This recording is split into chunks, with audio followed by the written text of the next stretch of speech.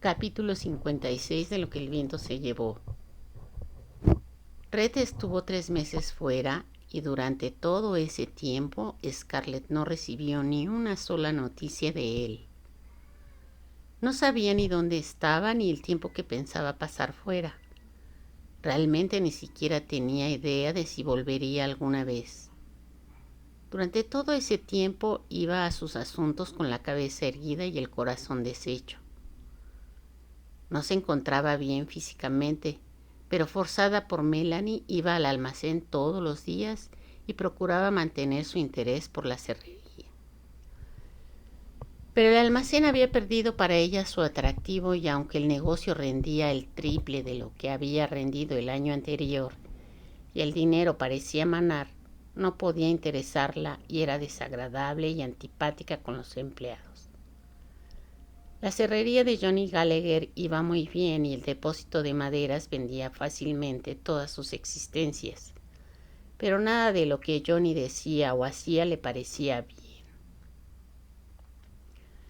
Johnny, tan irlandés como ella, descargó por fin su ira y amenazó con marcharse después de una larga perorata que terminó así. Y para usted, señora, el dorso de mis manos y la maldición de Cromwell sobre usted. Tuvo que aplacarlo con las más humildes excusas. Ya no iba nunca a la cerrería de Ashley. No volvió tampoco por el depósito de maderas cuando sabía que él estaba allí. Sabía que Ashley la evitaba, que la continua presencia en su casa por las ineludibles invitaciones de Melanie era un tormento para él. Nunca hablaban a solas y Scarlett deseaba locamente preguntarle, porque quería saber si ahora la odiaba y también qué era lo que le había contado a Melanie. Pero Ashley la mantenía a distancia y con su silencio le suplicaba a ella que callase. El ver su rostro avejentado, trastornado por el remordimiento, aumentaba su dolor y el hecho de que su cerrería perdía dinero cada semana la irritaba en forma que no podía expresar. Su impotencia contra la presente situación la desconcertaba. No sabía qué hacer para mejorar aquel estado de cosas, pero comprendía que tenía que hacer algo. Red hubiera hecho algo. Red siempre hacía algo, aunque fuese equivocado, y ella lo respetaba involuntariamente por ello. Ahora que el primer acceso de su indignación contra Red y sus insultos se habían calmado, empezó a echarlo de menos, y lo echaba de menos más vivamente cada día que pasaba sin haber recibido noticias suyas. El odio, la ira, el corazón destrozado, el orgullo herido habían cedido lugar a la depresión que llegó a saciarse en todo ello como el cuervo se sacia de carroña. Lo echaba de menos su gracia para contar anécdotas que le hacían reír como loca, la mueca sarcástica que reducía las penas a su valor estricto. Echaba de menos hasta sus burlas que le herían haciéndole replicar indignada. Pero más que nada echaba de menos el tenerlo a su lado para poder ella también contarle sus cosas. Para esto Red no tenía precio. Podía contarle sin avergonzarse y con orgullo cómo había arrancado el pellejo a la gente y él aplaudiría. Y si se le ocurría contar estas cosas a otras personas cualquiera, se escandalizarían. Estaba muy sola sin él y sin Bonnie.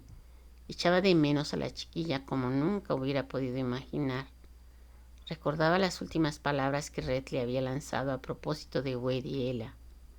Procuró llenar algo de sus horas vacías con los pequeños, pero no fue posible. Las palabras de Red y las reacciones de los niños abrieron sus ojos a una triste y amarga verdad. Durante los primeros años de sus hijos, a Scarlett le molestaba comprobar que Ella era una niña tonta, pero indudablemente lo era. No podía fijar su mente en una cosa más tiempo que un pájaro puede pararse en una rama, ni siquiera cuando Scarlett le contaba cuentos. Ella salía con cosas absurdas, preguntas sobre asuntos que no tenían nada que ver con el cuento, olvidando lo que había preguntado mucho antes de que Scarlett hubiera encontrado contestación.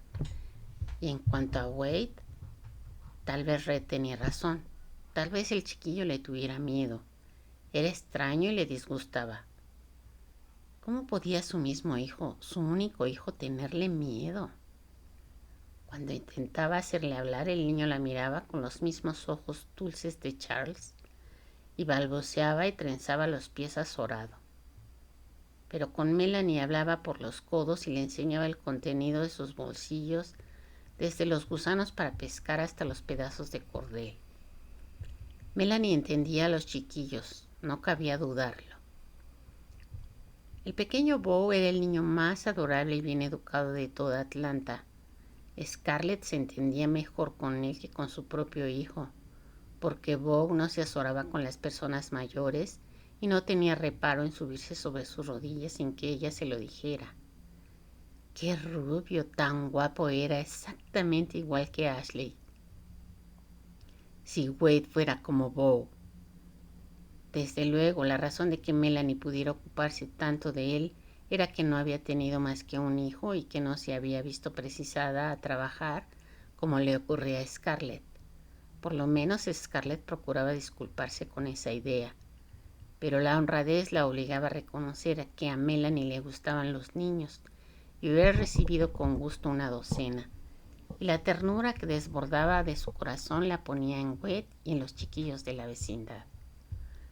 Scarlett no podía olvidar su pasmo el día que llegó a recoger a Wade en casa de Melanie y oyó al detenerse ante la puerta de la casa el sonido de la voz de su hijo que se elevaba imitando con bastante perfección el alarido de los rebeldes.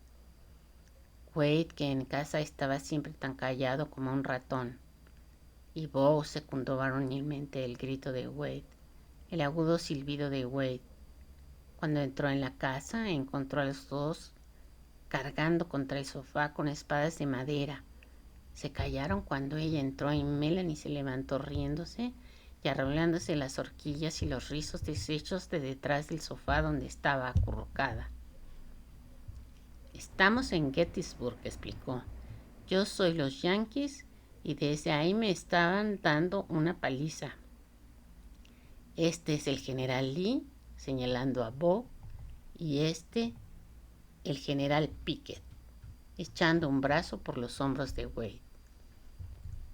Sí, Melanie entendía a los niños de un modo que Scarlett nunca podría comprender. Al menos se decía, Bonnie me quiere y le gusta jugar conmigo.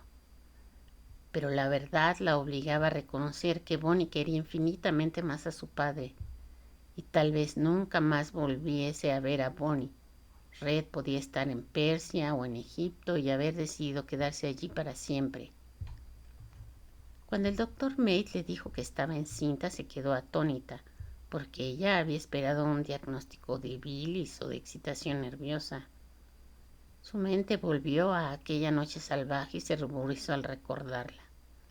De modo que de aquellos momentos de locura, aun cuando el recuerdo de la locura estuviera borrado por lo que había seguido, y por primera vez se alegró de ir a tener un hijo. Si fuera un niño espléndido, no una criaturita tímida como Wade, ¿cómo lo iba a querer? Ahora que tenía tiempo para ocuparse de un bebé y dinero para allanar su camino, ¡qué feliz sería!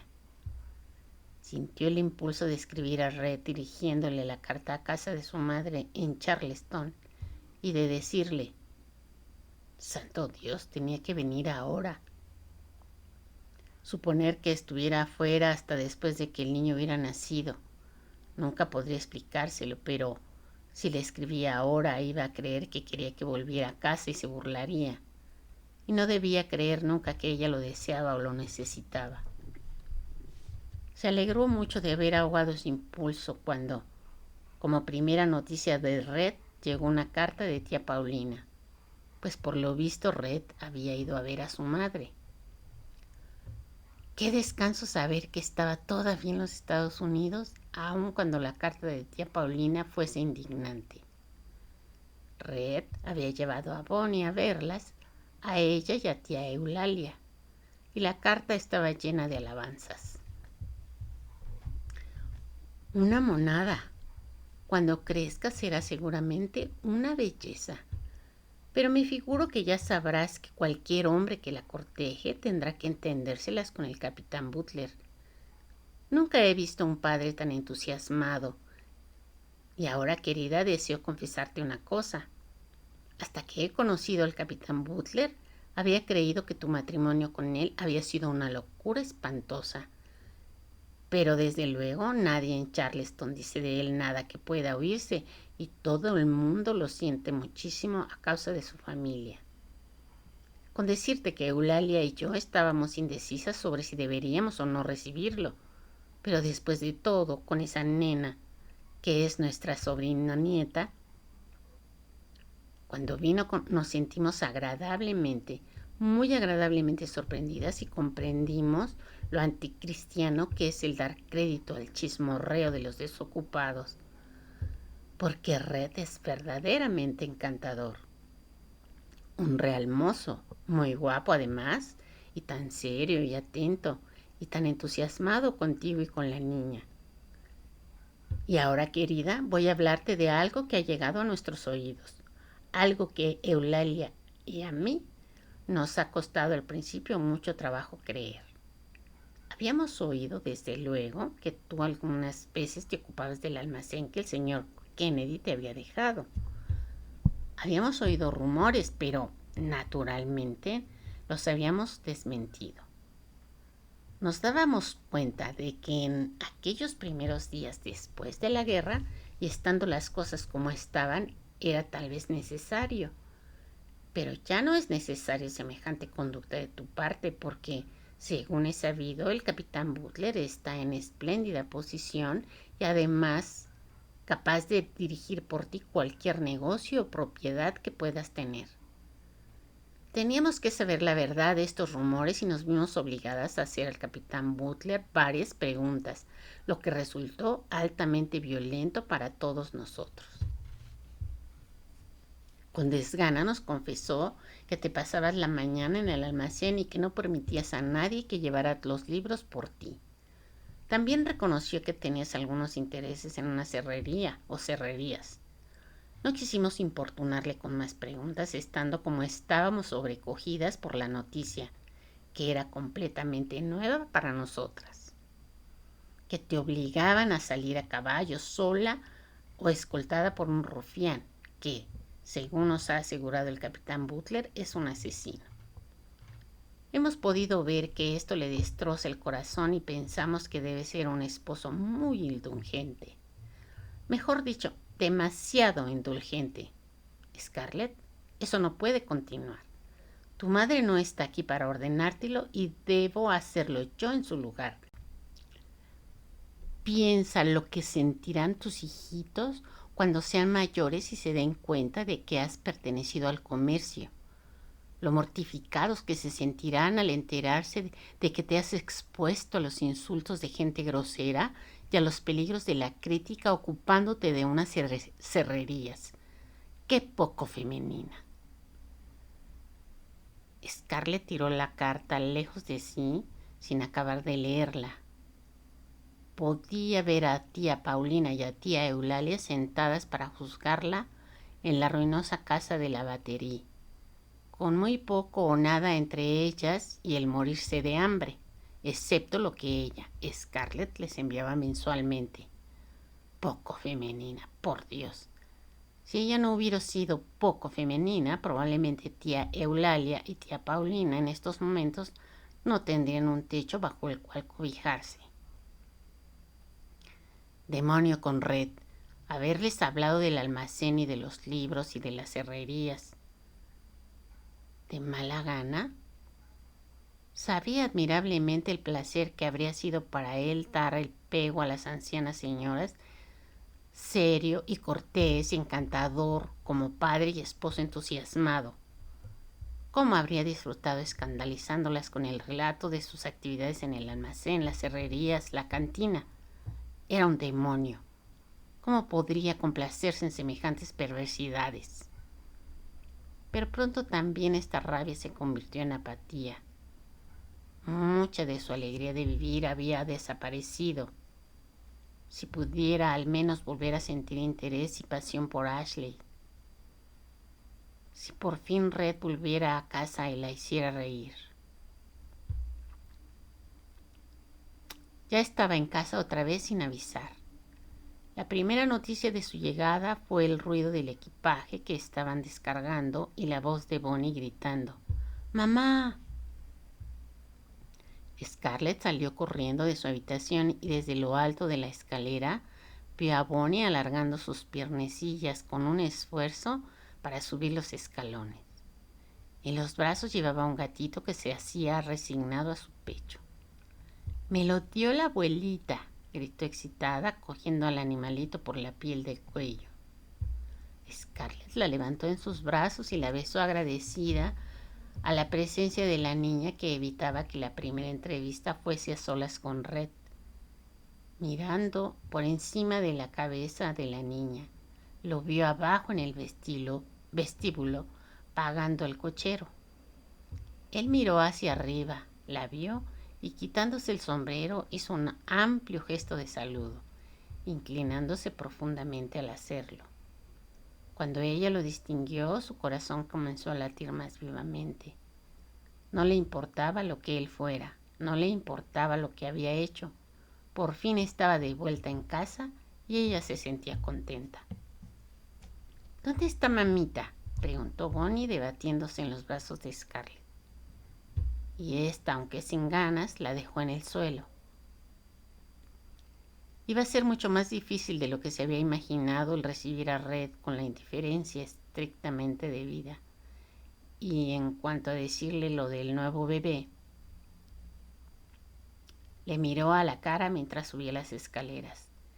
Ese rostro moreno tan impenetrable, tan inexpresivo. No, esperaría para decírselo.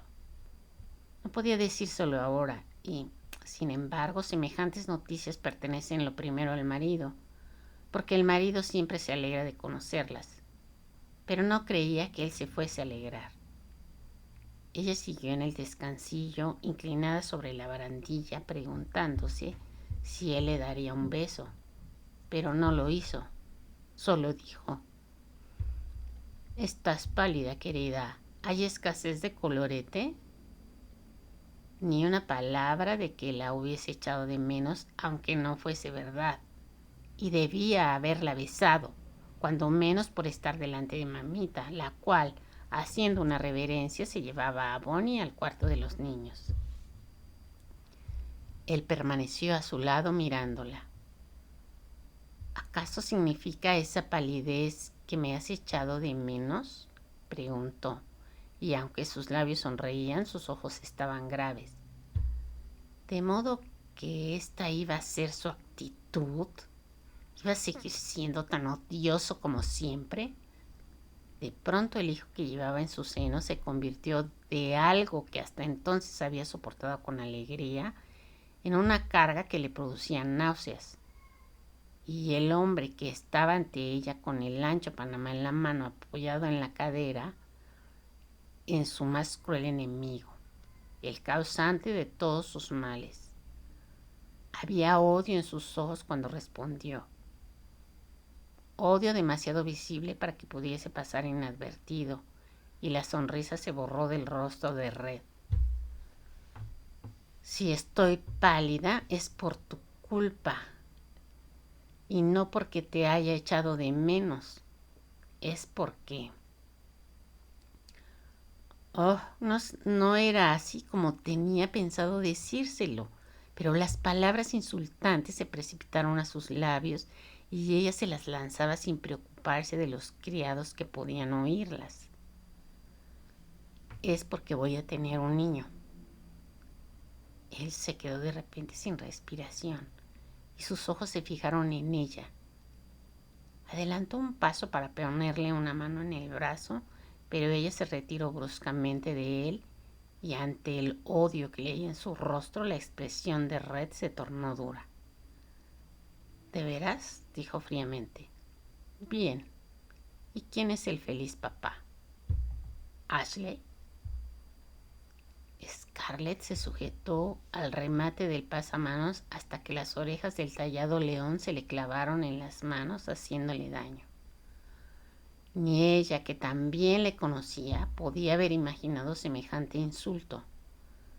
Desde luego hablaba en broma, pero hay algunas bromas demasiado monstruosas para poder aguantarlas.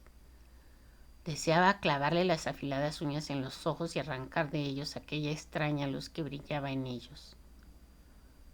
Maldito seas, empezó a decir con voz temblorosa por la indignación. Tú sabes muy bien que es tuyo, y yo no lo deseo ni pizca más que lo deseas tú. No, ninguna mujer podría desear el hijo de un canalla como tú. Quisiera.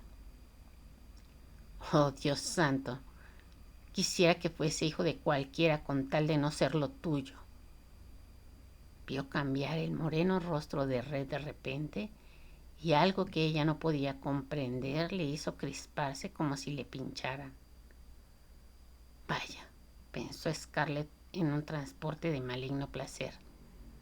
Vaya, por fin he conseguido hacerte daño.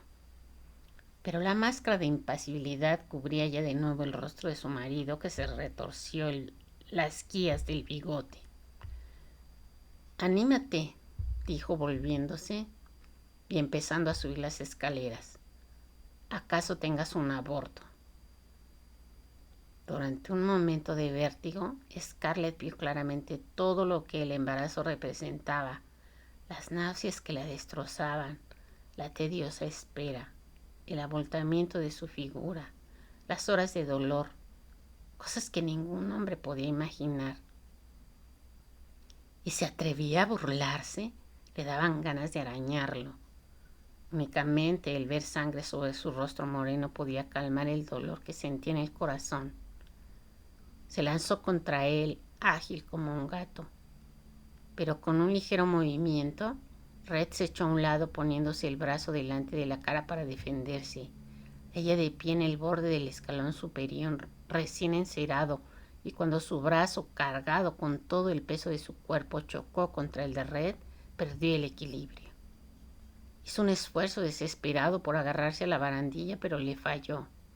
Cayó de espaldas por las escaleras sintiendo un intenso dolor en los riñones y demasiado atontada para poder detenerse, rodó escaleras abajo hasta el final del tramo. Era la primera vez que Scarlett estaba enferma, excepto cuando tenía a los niños y esas veces no contaban. Entonces no se había sentido tan desesperada y tan asustada como ahora, débil y dolorida, atormentada y aturdida. Sabía que estaba mucho más grave de lo que se atrevían a decirle, y débilmente se daba cuenta de que iba a morir.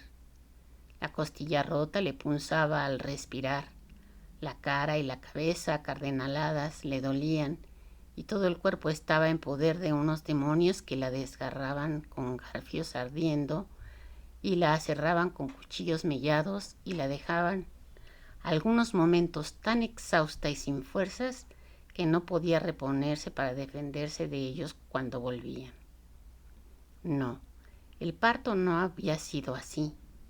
Había sido capaz de comer manjares agradabilísimos a las 2 horas del nacimiento de Wade y de Ella y de Bonnie, pero ahora el pensar en nada que no fuera agua fría le producía náuseas.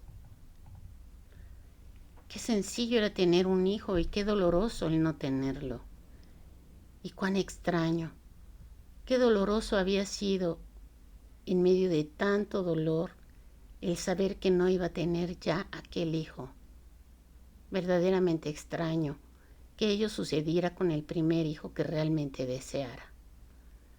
Se esforzó por comprender por qué lo deseaba, pero estaba muy abatida, demasiado abatida para pensar en algo que no fuese el temor a la muerte. La muerte estaba en la habitación y ella no tenía fuerza para hacerle frente y luchar con ella, y por eso tenía miedo. Deseaba tener a su lado a alguien que fuese muy fuerte, que la retuviera por la mano, que luchara con la muerte hasta que a ella le volviera la fuerza suficiente para defenderse por sí misma.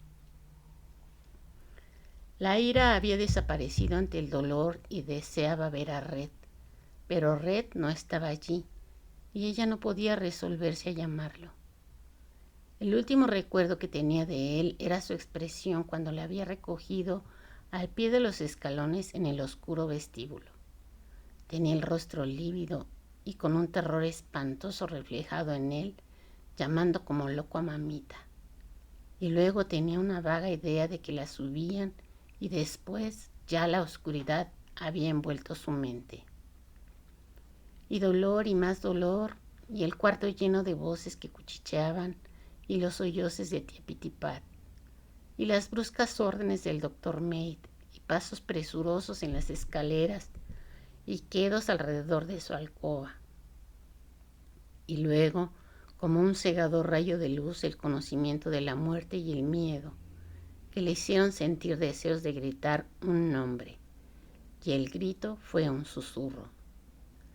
Pero aquel susurro desesperado tuvo una respuesta inmediatamente en algún sitio, en la oscuridad, al lado de la cama, y la voz suave de la persona a quien llamaba contestó en tono apaciguador.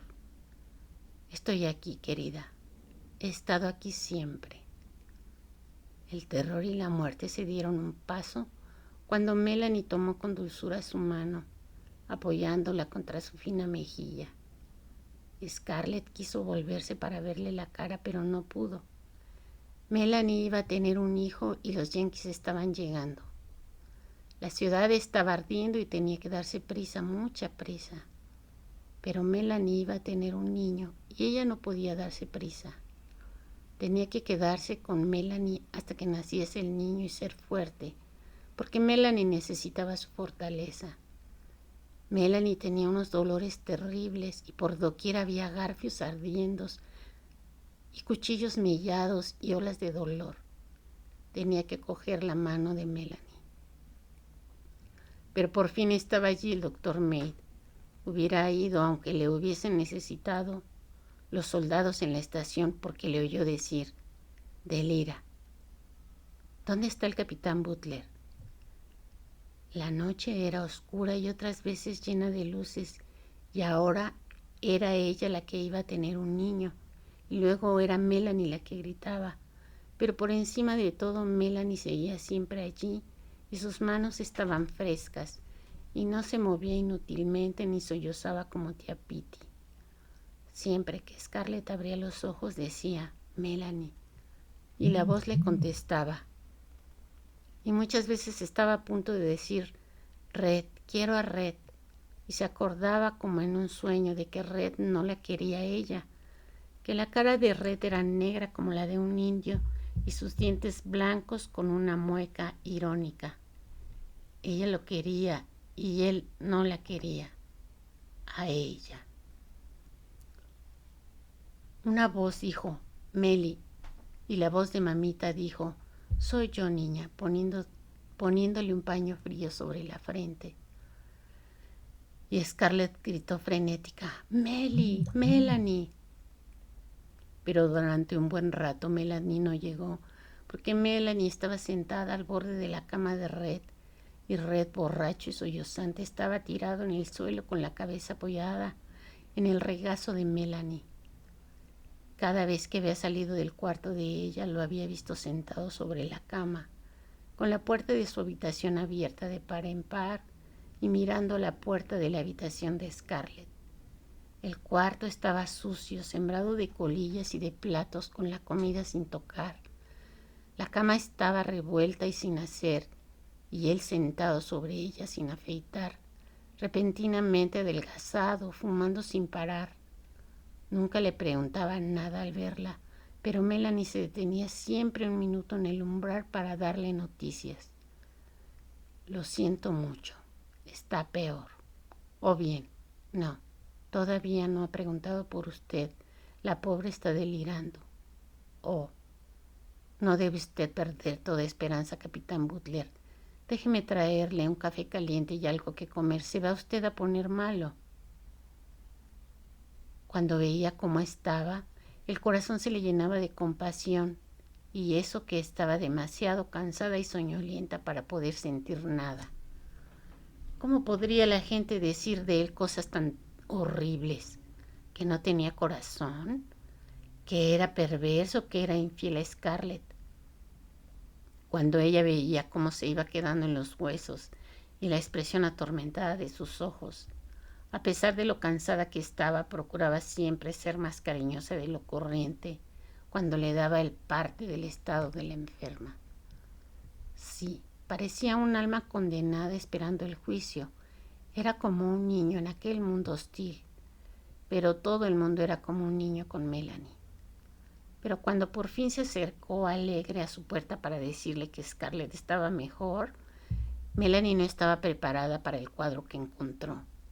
Encima de la mesilla de noche había una botella de whisky casi vacía y el cuarto apestaba a alcohol. Él la miró con ojos brillantes y vidriosos y los músculos de sus mandíbulas temblaban, a pesar de sus esfuerzos por encajar los dientes. ¿Ha muerto? Oh, no, está mucho mejor. Oh, Dios mío, dijo él y escondió la cabeza entre las manos.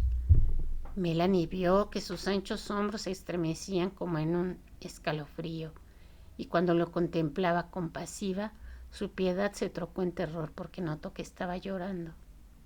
Melanie nunca había visto llorar a un hombre, y ver ahora precisamente llorar a Red tan suave, tan burlón, tan seguro siempre de sí mismo. El extraño ruido de sus sollozos le daba miedo. Se le ocurrió la idea espantosa de que estaba borracho. Melanie tenía un miedo horrible a la embriaguez, pero cuando le vio levantar la cabeza y pudo ver un momento su mirada, Melanie entró rápida en la habitación, cerró tras sí la puerta y se acercó a Red. No había visto nunca llorar a un hombre, pero había consolado las lágrimas de muchos niños. Cuando ella le puso la mano en el hombro, los brazos de Red rodearon súbitamente sus faldas. Antes de que supiera cómo ocurrió, Melanie estaba sentada sobre la cama y Red en el suelo, con la cabeza en su regazo y los brazos y las manos agarrándola con una fuerza inconsciente que le hacía daño. Le dio unas palmaditas en la cabeza y dijo: Vamos, vamos, se va a poner pronto buena. A estas palabras los brazos de él la ciñeron aún más fuertemente y empezó a hablar deprisa, rudo, a hablar como a una tumba que nunca habría de repetir sus secretos, diciendo la verdad por primera vez en su vida, dejando desnuda su alma ante Melanie, que al principio se sentía totalmente desconcertada, invadida por una emoción maternal. Él hablaba entrecortadamente, hundiendo la cabeza en su regazo, dando nerviosos tirones a los vuelos de su falda. Unas veces sus palabras eran apagadas, borrosas, y otras llegaban demasiado claramente a los oídos de Melanie. Duras palabras de confesión y de rebajamiento, hablando de cosas que nunca, ni siquiera a una mujer, las había oído ella contar, cosas secretas que traían el rubor de la modestia a sus mejillas y la hacían alegrarse de que él tuviese la cabeza inclinada. Ella, acariciando su cabello como hacía con el pequeño Bo, dijo: Cállese, capitán Butler, no debe usted decirme esas cosas. No se da cuenta de lo que dice. Pero la voz de él continuaba como en un desbordamiento, y su mano aferraba el vestido de Melanie como una tabla de salvación. Se acusó de actos que ella no comprendía.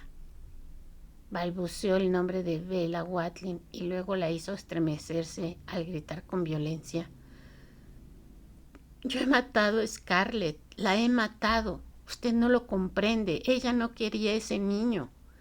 Y tiene usted que callarse, no está usted en sus cabales. ¿Que no quería ese niño? Todas las mujeres quieren. No, no, Usted sí quiere hijos, pero ella no.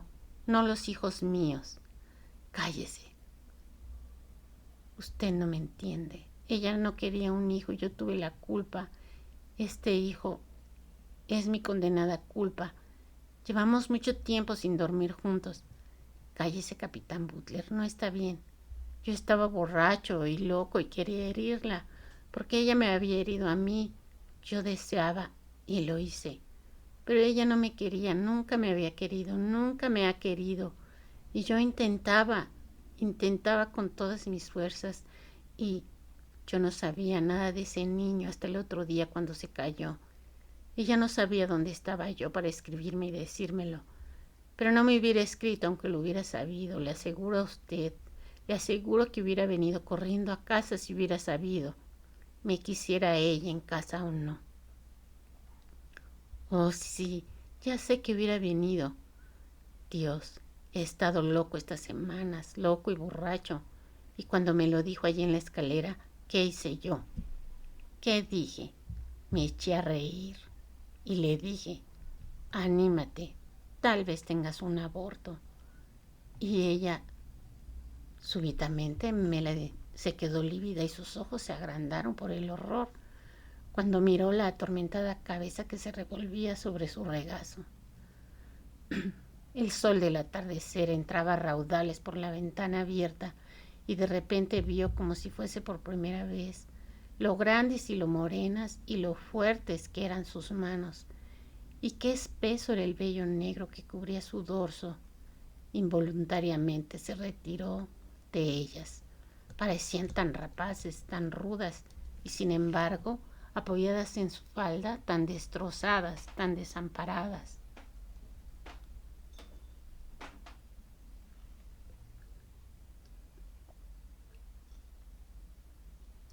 Sería tal vez posible que hubiera oído la infame mentira sobre Scarlett y Ashley y estuviera celoso.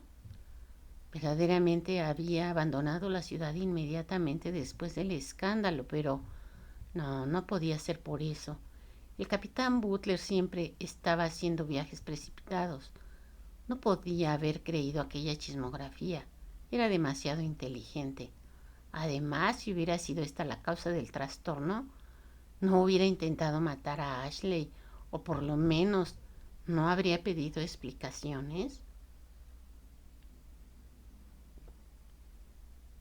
No podía hacer eso.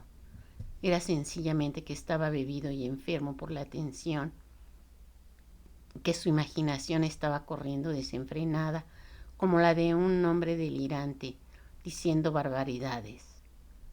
Los hombres no pueden soportar la tensión tan bien como las mujeres. Algo le había trastornado.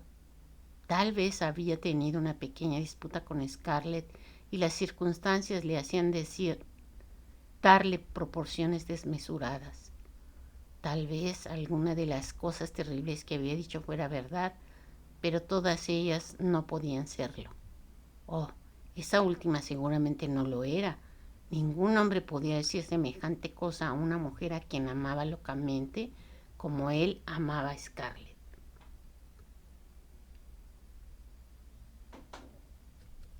Melanie nunca había visto la maldad, nunca había visto la crueldad y ahora que las veía por primera vez le resultaban ambas imposibles de concebir. Estaba bebido y enfermo, y a los niños enfermos hay que mimarlos. Bueno, cállese ahora, dijo cariñosamente, ya comprendo. Él levantó la cabeza violentamente y la miró con sus ojos sanguinolentos, retirando las manos. No, por Dios, no lo entiende usted, no puede usted entender. Es usted demasiado buena para entender. No me cree usted, pero todo es verdad y yo soy un perro. ¿Sabe usted lo que hice? Estaba loco, trastornado por los celos.